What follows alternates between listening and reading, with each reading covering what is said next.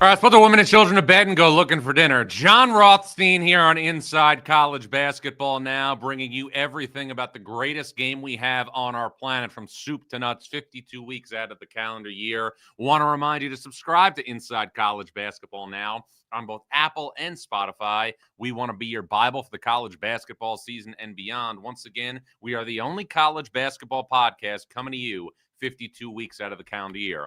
Also, want you to get into the chat, want you to like and subscribe on YouTube. I want 150 likes for the show. And I also want to give you a programming reminder that during the 25-26 college basketball season, we will be coming to you with live episodes every Monday and Thursday at 1 o'clock Eastern. So you're looking at your calendar, you're thinking about when you have to run your errands, you have to make sure that part of your routine on Mondays and Thursdays is to join this show at 1 o'clock Eastern, because we need an army with us here on Inside College Basketball Now. We are still in the infant stages of this operations. This is like Star Wars right now before Luke Skywalker left Tatooine. And if you don't obviously understand that reference, Google it. If you don't want to Google that, DM me, and we'll have a big talk after the Final Four, of course, about movies that came out before 1990. But beyond all of that, we want you to be a part of this operation at the highest of levels. We want you to be a part of our army, and we also want to remind you that in addition to the shows that I'm going to be doing live every Monday and Thursday at 1 o'clock Eastern, we are going to be giving you exclusive interviews with the biggest and best names in the sport. It's been an unbelievable week of college basketball. You had the Champions Classic on Tuesday night, epic games last night, one in Chicago between Alabama and Illinois, one then in Storrs, Connecticut between Arizona and UConn. And the thing that I love more than anything else about the cadence of the games we saw this week in college basketball is we had big games that were not competing with other big games. And this is something that I have felt that college basketball has needed to do a better job of. I understand there's competing television networks. I understand sometimes there's so much inventory that you can't avoid it. But when we make big games feel like big games, it goes back to that quote that President Kennedy had, a rising tide lifts all boats. But I don't want to go any further than that, because if everybody follows me or anybody follows me, they know I have three things that I always really reiterate never to bring up socially: politics, religion, and at-large resumes to bubble teams during the first 2 weeks in March. So with that said, let's talk about those big games from last night, and let's get to three big things. And the first big thing I want to talk about is this is now the golden era of Alabama basketball. And I was watching the Crimson Tide, obviously, on Wednesday night at the United Center, pick up yet another massive win this season away from Tuscaloosa under Nate Oates. And I got to thinking about the totality of what Nate Oates has done since he took over Alabama's program in 2019 after an incredible run at Buffalo. You think about where Alabama was before Nate Oates' arrival. There were pockets of success. Mark Gottfried obviously did a nice job, took Alabama to the Elite Eight in 2004. Anthony Grant, Avery Johnson, both had pockets of success. But Alabama, in my lifetime and in my 20 years covering college basketball at the national level, has never been a consistent threat to always be at the top of the SEC. Alabama has never been a consistent threat to always be a high seed in the NCAA tournament. That has changed under Nate Oates. And I was going over the numbers of this operation since Nate Oates took over. In the last 5 NCAA tournaments, 21, 22, 23, 24, 25, Nate Oates has won 11 NCAA tournament games. In the 28 seasons prior to that, Alabama has won just 10 NCAA tournament games as a program. So what you are seeing now with Alabama basketball, you are seeing, for all intents and purposes, and I think it's important to remember this, you are seeing the best stretch that this program and this university has ever had in men's basketball. And I was thinking, who else in college basketball history, and I know that people have obviously done great, building jobs when they got to a program. You think about, obviously, John Calipari at UMass. You think about Jerry Tarkanian at UNLV. Jim Calhoun did a great job at UConn, an iconic job, a Hall of Fame job, leading the Huskies to 3 national championships. But I think now you can look at what Nate Oates has done at the University of Alabama. And to me, it feels like he is doing in Tuscaloosa what Lute Olson did in Tucson for the University of Arizona. Because what's happening is you are creating a great program at a place that there was not a great program. Now, I admit that when I saw that Nate Oates was hired as Alabama's head coach in 2019, I thought, that's a good hire. You know, Greg Byrne gets an up-and-coming coach. I didn't expect this. I didn't expect Alabama to become the most aesthetically pleasing team in the sport. I didn't expect Alabama to be a 2 seed last year in the NCAA tournament, lose Mark Sears, lose Grant Nelson, lose Cliff Amore, and then be in a situation where it was going to still be able to be a top 5-ish type team the next year. I didn't expect that. But we are at the point now where you have to expect that Alabama, as long as Nate Oates is the coach, is going to be one of the best teams in college basketball. And I touched on this 5-year run that Alabama is on. And let's go through it step by step. 2021, a team with Herb Jones and John Petty that I thought was good enough to win the national championship, lost a very, very tough game in the Sweet 16 to UCLA and Mick Cronin in the bubble in Indianapolis, but a 2 seed in the tournament that goes to the second weekend. 2023, a disappointing loss as a 6 seed to Notre Dame, who won a game in the first 4. Then, that was 2022. 2023, Alabama was the 1 seed in the NCAA tournament, got upset by San Diego State in the Sweet 16. 2024, maybe not Nate Oates' most talented team, but a team that he took Alabama to the school's first Final Four with, lost to the national champion UConn Huskies. And then this last year, in 2025, Alabama, as I referenced, went to the Elite Eight and lost to John Shire, Cooper Flagg, and Duke and Newark. But that, again, is 5 years and 11 NCAA tournament victories. I'll say it again. Nate Oates is doing for Alabama what Lute Olson did at Arizona many, many years ago. And Nate Oates' name has obviously come up for jobs in the past. He was looked at by Kentucky as a potential candidate there before the Wildcats hired Mark Pope. And he's always going to be on a short list for these types of jobs now because of the success he's had at Alabama. But we're living in a different climate of college basketball. And what I mean by that is if you have the infrastructure in place to always be one of the best teams in the country because you have the NIL support, because you have the infrastructure in place, you don't necessarily need to jump to a blue blood program. Nate Oates has become the best coach in Alabama history. Nate Oates is in a scenario now where he is doing things at Alabama that are going to perennially have the Crimson Tide in play to be a threat to go to the Final Four every single year. So it's interesting to see whether or not moving forward he will still be courted by these blue blood programs, because now he's already built Alabama's program into a scenario where he does not have to go elsewhere to compete for a national championship. And that's something that's fascinating to me. This is somebody, if nobody knows Nate Oates' backstory, less than 15 years ago, Dan Hurley was recruiting a player in Romulus, Michigan, named E.C. Matthews when Dan Hurley was the head coach at the University of Rhode Island.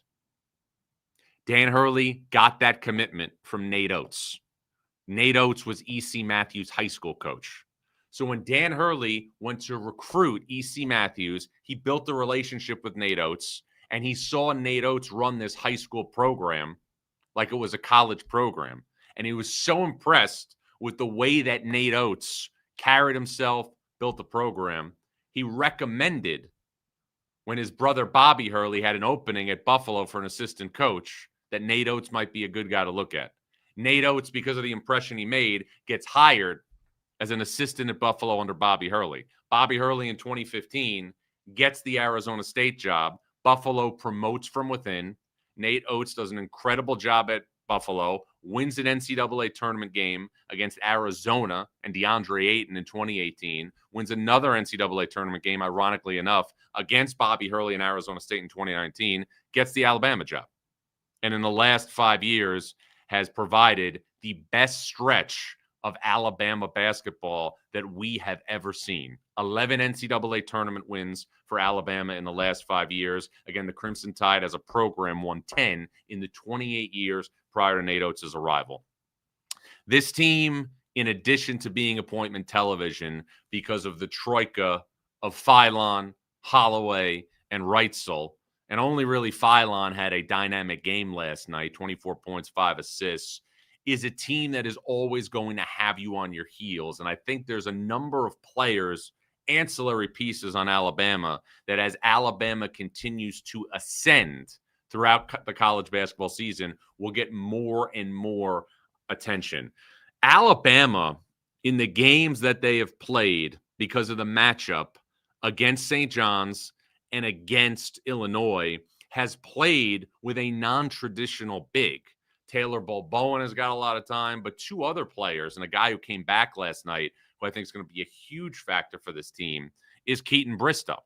And another guy who gives Nate Oates the ability to play small and have an opportunity to be really, really effective is Amari Allen. Those two players combined for 19 points and 19 rebounds last night. To win a championship, you need ancillary pieces to the puzzle. Alabama has that with the guys up front who are playing non-traditional roles. I know they have Aiden Sherrill on their team. I know that he is what Alabama has in terms of a traditional five, but there's nothing that Alabama does traditionally when it comes to a basketball perspective. I keep an eye on those two guys and Taylor Bowen. Keaton Bristow, Amari Allen, and Taylor Bowen as three of the great ancillary players that you're going to see in the SEC this season. And as far as the guard play for Alabama goes, you have to start looking now at what we're seeing out of LeBaron Philon, and you have to start putting him in the early discussion to be the best guard that we have seen in the SEC and also be an All-American in 25-26 based on how he's playing right now. And if you go through the SEC, and I know we're still about a month or so away from conference play, evaluate the guards in this conference. There's nobody on Kentucky right now, and we're going to get to Kentucky shortly here and do a deep dive on the Wildcats. We're not ready to say that about Jacoby Gillespie at Tennessee. You're not saying that about anybody at Texas. Tahad Pettiford has not had that start of the season yet. We could wait and see what happens in the Players Era Festival next week. And then you start thinking about some of the other programs. Arkansas is getting great play from Malik Thomas. He's somebody who, again, you would put in that same conversation with LeBaron Philon as of right now. But you guys know as well as I do, this is only November. And remaining on Alabama's schedule before it gets to SEC play is still a plethora of interesting opportunities headlined by the showdown in Las Vegas next Monday night, or this Monday night, when Alabama goes toe-to-toe with Gonzaga in the first game that the Crimson Tide will play in the Players Era Festival. So you got Gonzaga. You have UNLV in Vegas. The third game is to be determined. You're going to come home, and you're going to get a game with Clemson in Tuscaloosa as part of the ACC-SEC Challenge. There's also going to be a monumental game against Arizona in Birmingham on December 13th. And there's also a couple of games against mid-majors that Alabama is going to play that will be the equivalent of a hard first-round NCAA tournament game. Alabama's going to play South Florida, coached by Brian Hodgson, who was an assistant for Nate Oates at Alabama. And Alabama's also going to play Yale in December, coached by James Jones, who everybody knows, I think, is one of the most underrated coaches in college basketball.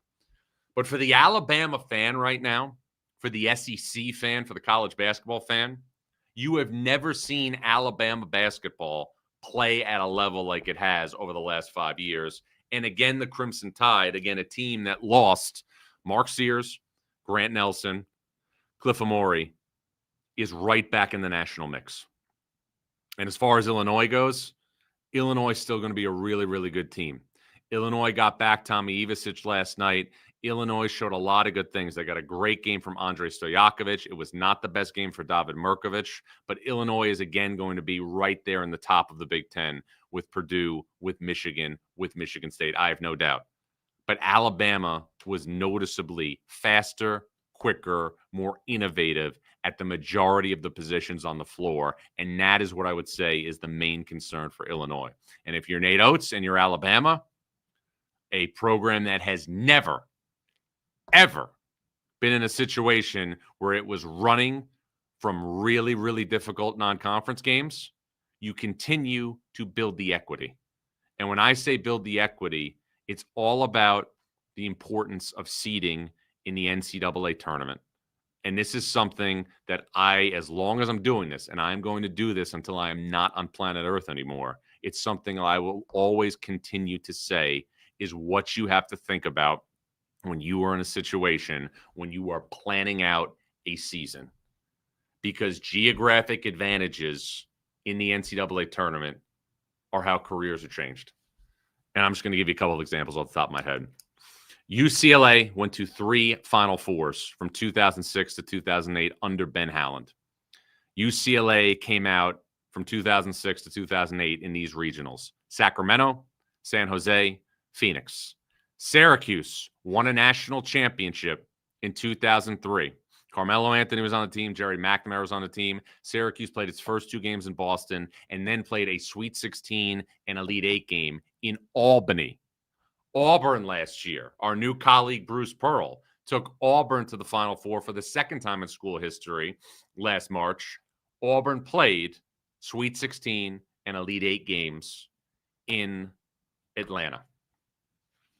So if you're looking right now for geographic advantages to keep an eye on, there's not anything right now imminent in terms of Tuscaloosa. But if you're looking at the NCAA tournament and you're looking at teams that could really benefit, that have played well so far this season, I'm going to leave you with these 2.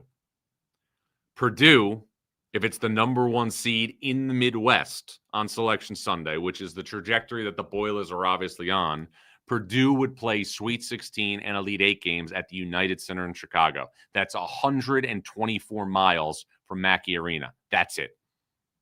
And Houston, if it were to be the number 1 seed in the South, because Houston gave up its right and title to be the host school in the South region this year, Houston would then be able to be the top seed in the South and play at the Toyota Center in Houston to go to the Final Four.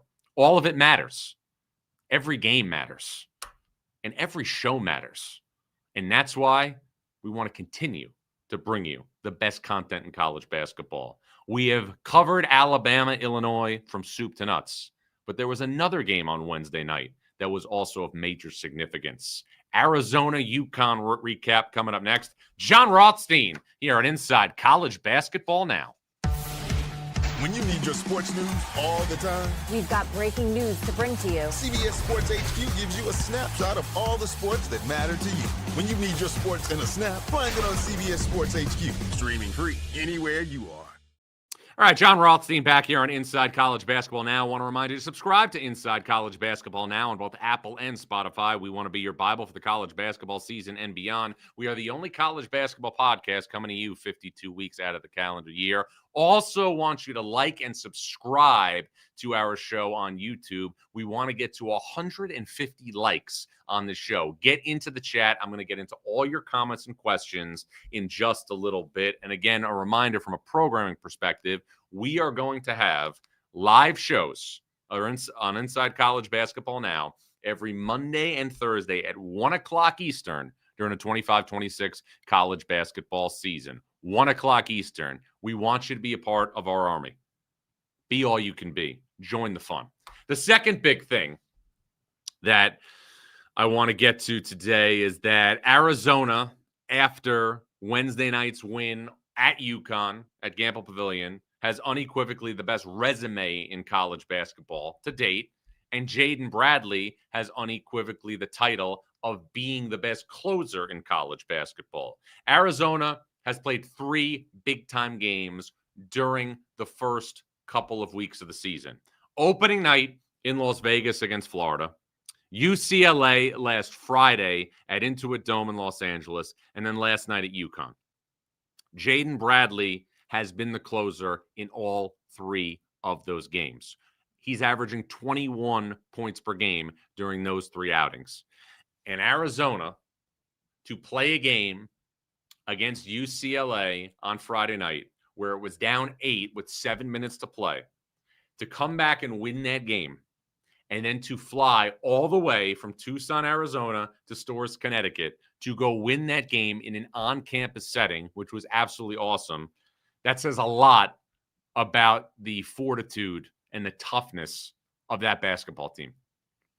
And Arizona, for obvious reasons, was looked at as being a team that was going to be anchored by freshmen. And Koa Pete, who had a double-double last night, has emerged and obviously has solidified himself as one of the best freshmen and one of the best players in college basketball. But also, it's important to point out that beyond Koa Pete's brilliance, which we saw opening night against Florida and last night against UConn, Arizona's freshmen around him have been up and down. Braden Burries has struggled in these big games out of the gate. Dwayne Aristode has struggled out of the gate in terms of production. Ivan Karchenkov had a great game against Florida, had a good game last night against UConn. But the reason why we have seen Arizona, in addition to Koa Pete, be so successful is because of the play of the veterans on this team. Against UCLA, it was Anthony Del Orso, and then Jaden Bradley finished off the Bruins. And also last night, we saw Toby Awaka and Mo Krivish be in a situation where they dominated UConn on the backboard. And I'm going to get more to the UConn side of this a little bit. Now, UConn was playing without Taris Reed and without Braylon Mullins, but still to go into Gampel Pavilion and get a win is an incredible, incredible accomplishment. And for Arizona, as I was just talking about in segment 1, when we talk about geographic advantages in the NCAA tournament, you want to be in a scenario, if you're the University of Arizona, to be the number 1 seed in the West on Selection Sunday. What does that mean? First and second round games in San Diego, and then San Jose in the Sweet 16 and the Elite 8 rounds. But you know as well as I do, this is only November. Arizona, too, with a couple of more big games to monitor here before Arizona engulfs itself in the gauntlet that is the Big 12. Arizona is going to play against Auburn at home. Arizona is going to play San Diego State and Phoenix. And then Arizona will go to Birmingham on December 13th to lock horns with Nate Oates in Alabama. So there's still, in addition to the Big 12, a plethora of opportunities for Tommy Lloyd and co. to continue to build their obvious resume. But right now, Jaden Bradley's playing like an All-American. Right now, Arizona is getting elite production from Koa Pete in these big games. And Arizona's front line, which is what I took away from my trip to Tucson in the preseason, continues to be a strength for this team with Pete, with Awaka, with Mo Krivish, who again is finally back healthy. Arizona's frontline depth is right up there with the best in the sport. And Arizona, because of the players it retained, led by Jaden Bradley from a team that went to the Sweet 16, is again on a trajectory that aligns with what Tommy Lloyd has done since he took over Arizona's program in 2021. 2022, Arizona was a 1 seed. 2023, Arizona was a 2 seed. 2024, Arizona was a 4 seed. And 2024, Arizona was a 2 seed.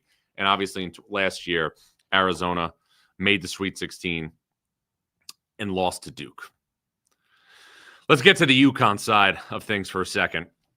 I am not panicking at all. I am not reading too much into this defeat at all. I am not reading too much into the fact that Arizona dominated UConn on the glass, because here's why.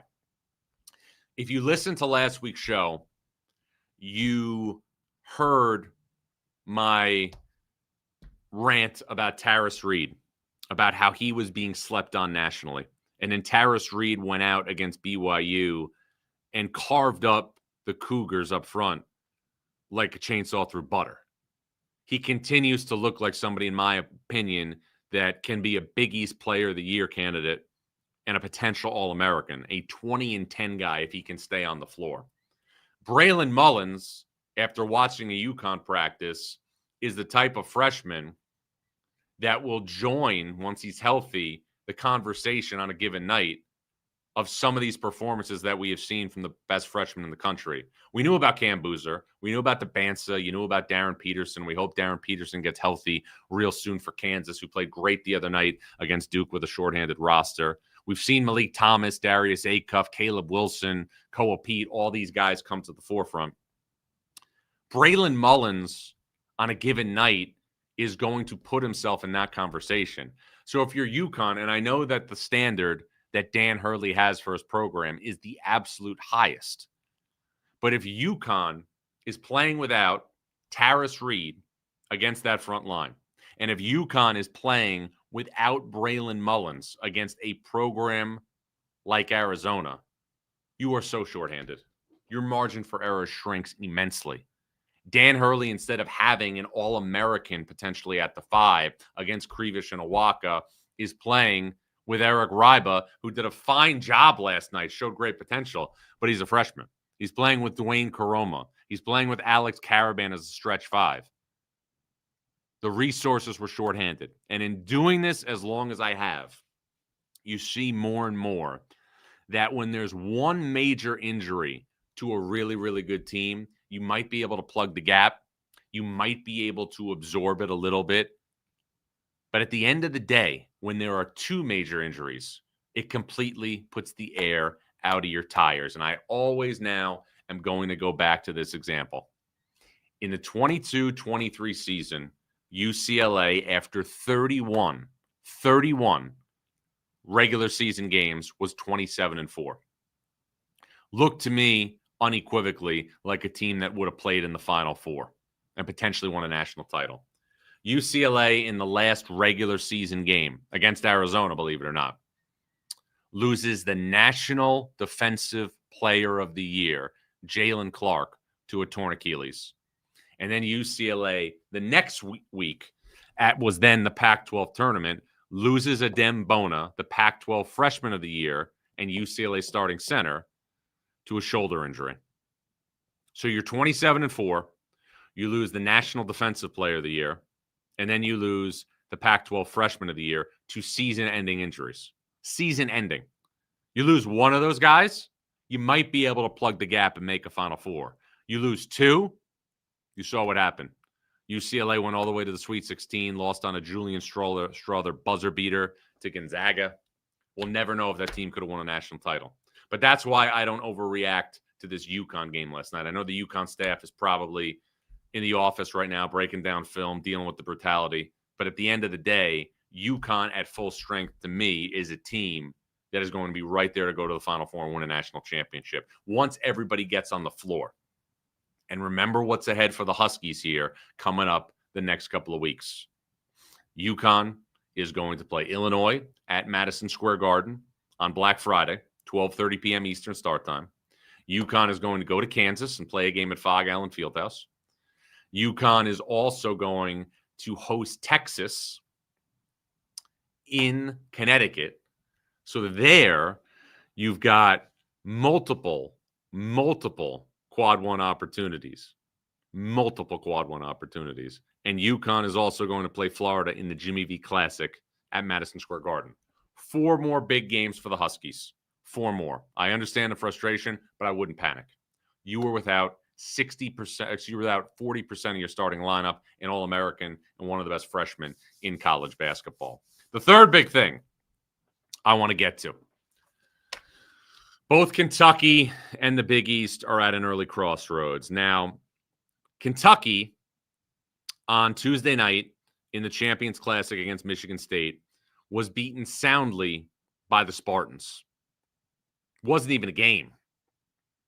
Now, Kentucky, much as I was just talking about with UConn, but it's been more of an extended period of time, Kentucky is playing without its starting point guard in Jalen Lowe and its projected starting center in Jaden Quaintance, a player that I believe, when healthy, will compete for National Player of the Year honors. Kentucky has looked completely out of sorts. Kentucky has looked completely discombobulated. And Kentucky has looked like a team that has minimal to zero role allocation and role definition. And it's interesting because one of the things that I think has shifted a little bit in this transfer portal era is this. Because now there's so much activity on social media with the post, with the graphic, with the videos, we automatically assume, or social media automatically assumes, that every player that commits to a program is going to be a great get or a great addition or a seamless addition. That's not the way it works. And I've heard so much about Kentucky's depth during the preseason. I go back to a quote that Mike Bray told me when I was at a Notre Dame practice years ago. Depth is overrated in games and it's underrated in practice, because the really, really good teams over the years that we have seen be successful, win national championships,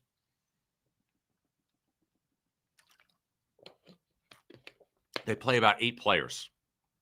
Kentucky, without Jalen Lowe, without Jaden Quaintance, played 10 players double-figure minutes against Michigan State. After Otego away and Mohamed Diabate, I don't see a lot of separation between Kentucky's players right now. And that makes Mark Pope's job that much more difficult. And it's something to monitor, because Kentucky right now does not look remotely close to being one of the best teams in the country or the SEC. Not with the way they're playing right now. But also give Kentucky a little bit of the benefit of the doubt, because they're playing without their starting point guard Jalen Lowe and without their starting big man Jaden Quaintance.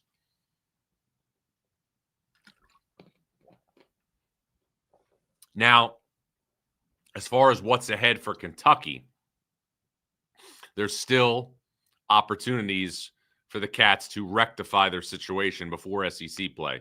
Kentucky has a game in 2 weeks against North Carolina at Rupp Arena as part of the ACC-SEC Challenge. Kentucky's going to have a game with Gonzaga in Nashville in early December, and Kentucky's also going to play St. John's in the CBS Sports Classic. So everybody needs to take a deep breath and understand that there's still opportunities for Kentucky to rectify this situation. But here's the alarming thing.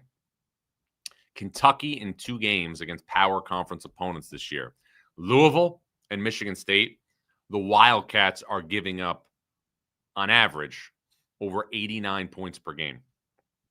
Jaden Quaintance, if he was healthy, would solve a lot of defensive issues, but there's no reason without him why Kentucky should be giving up that many points. Not at all. And I would not be shocked at some point here soon if Mark Pope tightens up that rotation, because I don't see any rhythm. I don't see any chemistry. I don't see any role allocation for Kentucky right now after Otego away and Mohamed Diabate. And you will even see, obviously, a different dynamic if they get Jalen Lowe back and if they get Jaden Quaintance back. Now, Kentucky is not the only brand that's at a crossroads right now in college basketball. You can say the same thing about the Big East, because the Big East is a conference that I think was surrounded by the question before the season, how many teams from this league are going to make the NCAA tournament? 2 years ago, the Big East only got 3 teams in the March Madness, but those 3 teams, UConn, Marquette, Creighton, all advanced to the second weekend. Last year, the Big East got 5 teams into the NCAA tournament. None advanced to the second weekend. But if you're the Big East now, and you look at what this league looks like beyond UConn and St. John's, you need some of your brands that are performing at a decent level to start getting opportunities that move the needle for the conference and taking advantage of them. No conference has more riding on the big games during feast week than the Big East. You know, UConn and St. John's are going to be high seeds in the NCAA tournament. But after that, Georgetown has done a nice job under Ed Cooley with wins over Clemson and at Maryland. Georgetown is going to play next week against Dayton in the ESPN Events Invitational Orlando, and then we'll get a shot at either Miami or BYU. So the Hoyas continue to look like they could be an improved team under Ed Cooley. Got to make some hay there. There's also a game after that at North Carolina. Creighton and St. John's are both in the Players Eras Festival in Las Vegas. That's 2 big opportunities for those programs. And then third game, that's to be determined.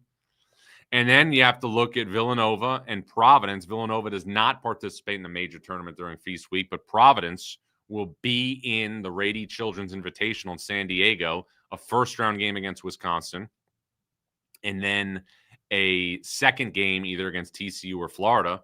Providence has already lost to Colorado, already lost to Virginia Tech, and for Providence to be an at-large team, it's going to have to do something in those games in San Diego, and it's also going to have to be Penn State this weekend at Mohegan Sun. But if you're looking at the Big East right now, and you're looking at the league in segments, in tiers, St. John's and Creighton are clearly at the top. Then, coming into the season, we gave Marquette and Creighton the benefit of the doubt because of what they've done the past couple of years. Marquette has lost 3 times already, twice at home. Last night to Dayton, Saturday against Maryland, when Maryland had 3 starters out of the lineup. And Marquette was also embarrassed against Indiana in Chicago the first Sunday of the season. You can't count on Marquette being anywhere near an NCAA tournament team this year. And then you look at Creighton. The only sample size we have for Creighton right now against a team that's going to be an NCAA tournament team is the trip that the Blue Jays took to the Kennel where they were blown out by Gonzaga.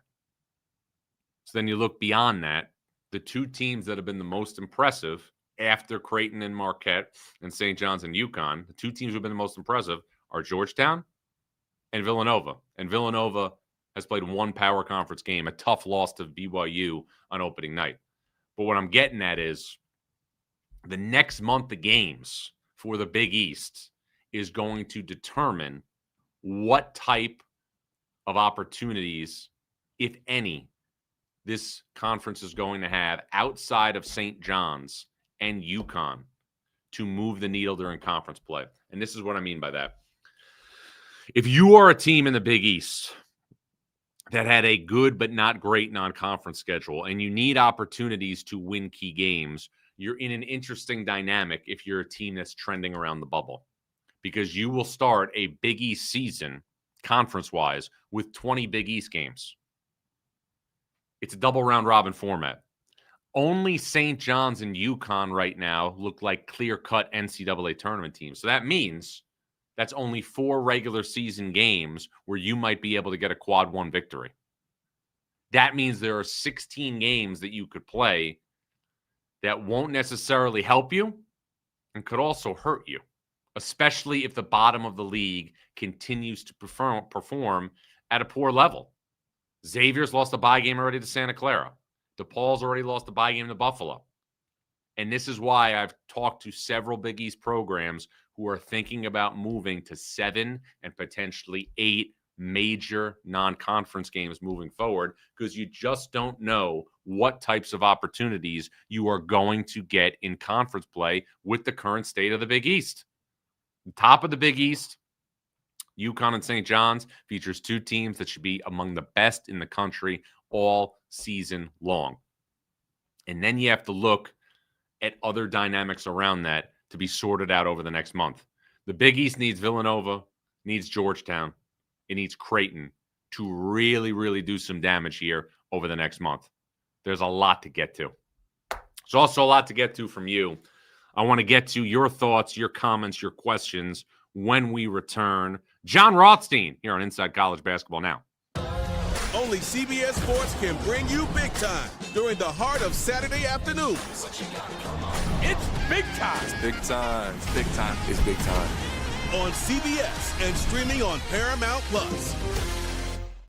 All right, John Rothstein back here on Inside College Basketball Now. I want to remind you to subscribe to Inside College Basketball Now on both Apple and Spotify. We want to be your Bible for the college basketball season and beyond. We are the only college basketball podcast coming to you 52 weeks out of the calendar year. Also want to remind you to like and subscribe to this show.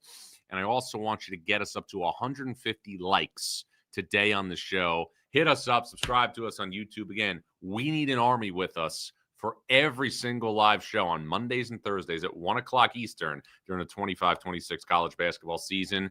And as we start now to get into the chat, we want to make sure that we, again, amplify that this show is about you. This show is about the college basketball fan and bringing you into our living room. If I was allowed to drink on the air, I'd pop open a Peroni right now. If I was allowed to eat on the air, I'd pour a bowl of Torrales, my favorite snack, but only during the holidays right now. Being over 40 is a real battle. But with that said, we're going to get into the chat. And this, America, this is interaction. Let's get into K-Starg3483. He's at the bottom of the chat. John, how confident are you that Bama comes out with the win over Gonzaga Monday night? And should they be top 3 if they do? This is what I'm going to say about that game as I scroll to the top of the chat that's absolutely bleeding right now. Alabama and Gonzaga is an interesting contrast because Alabama has a supreme advantage in the backcourt in this game.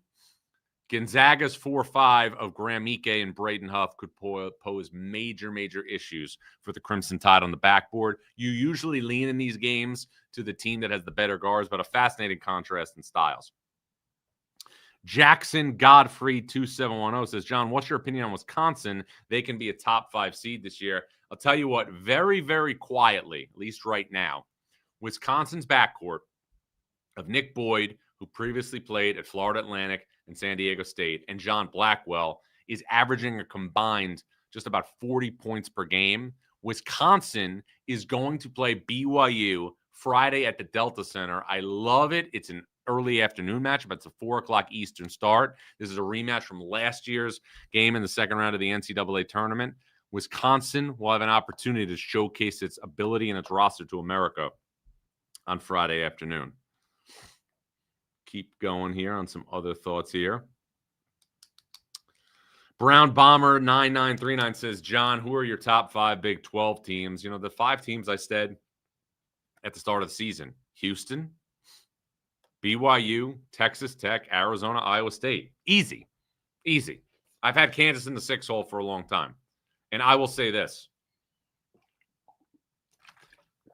Kansas, without Darren Peterson, played great on Tuesday night against Duke. An incredible effort. But Kansas has 2 tricky games in Vegas next week.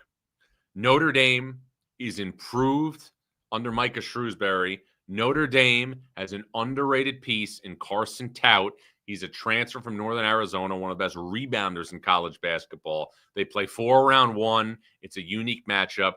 Kansas needs Darren Peterson in that game, and they're also going to need Darren Peterson against Syracuse on Tuesday in the Players Era Festival. And I want to point this out. Coming up on Friday morning at 8:00 Eastern, Syracuse head coach Red Autry is going to join Inside College Basketball Now to talk about the Orange's undefeated start and also talk about next week's big games in the Players Era Festival. So you want to obviously stay tuned to that. Okay, TJ98EI says, John, UConn looks really damn good. Taris, Reed, and Braylon are out and was 1 possession away from beating one of the best teams in the nation. UConn healthy, I think we'll win the championship. I do not disagree at all with that.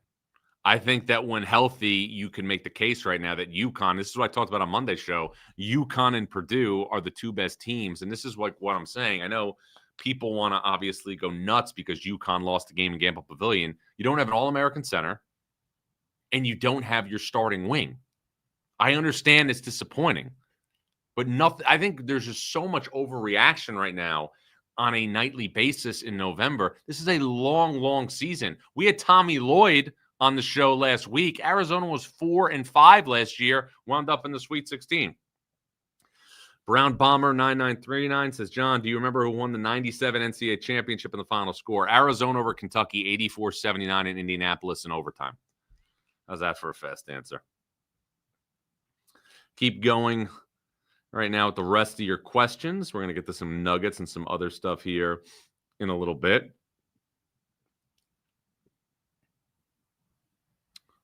Keep scrolling. A lot of Alabama talk, a little Auburn talk. Auburn and Alabama can't obviously get along. So we'll see if there's any other interesting stuff here before we keep this podcast moving as we're 45 minutes in.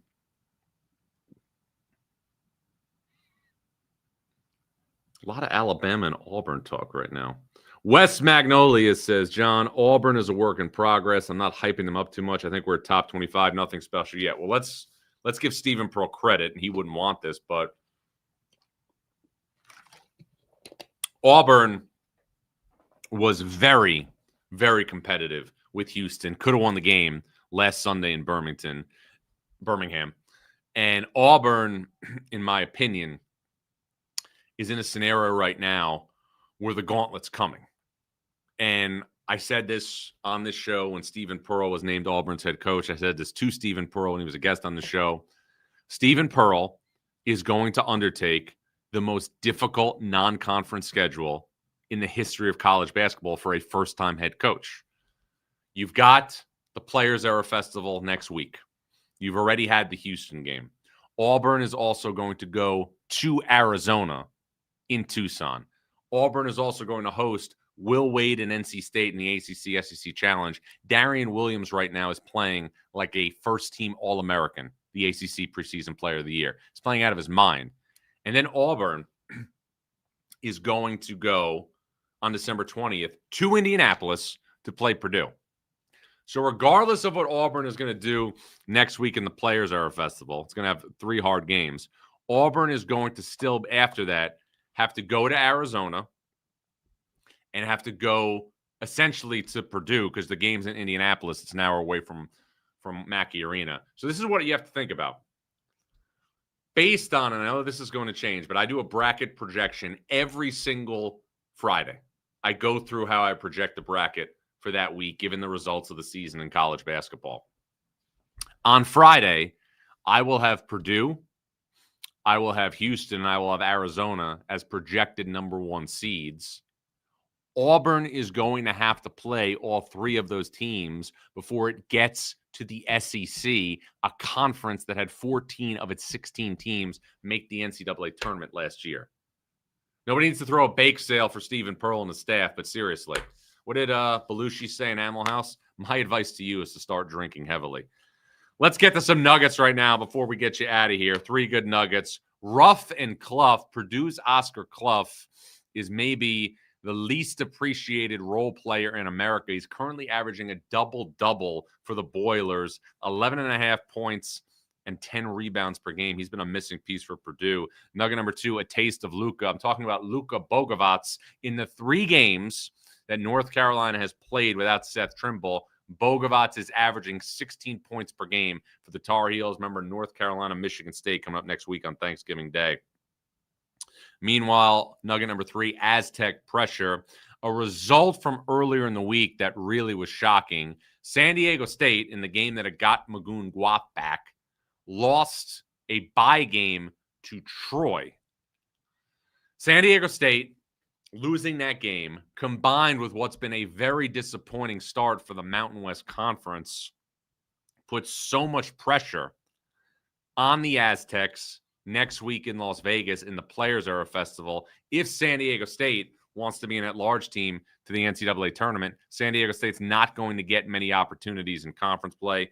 Aztecs will play Michigan and Oregon in their first 2 games in Vegas. Remember, there's also a game for San Diego State against Arizona in December.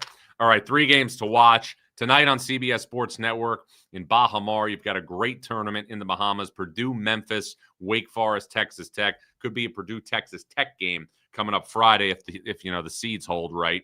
Friday, Wisconsin, BYU, and Salt Lake. And also Friday night, a rivalry rekindled as Louisville takes on Cincinnati in downtown Cincinnati.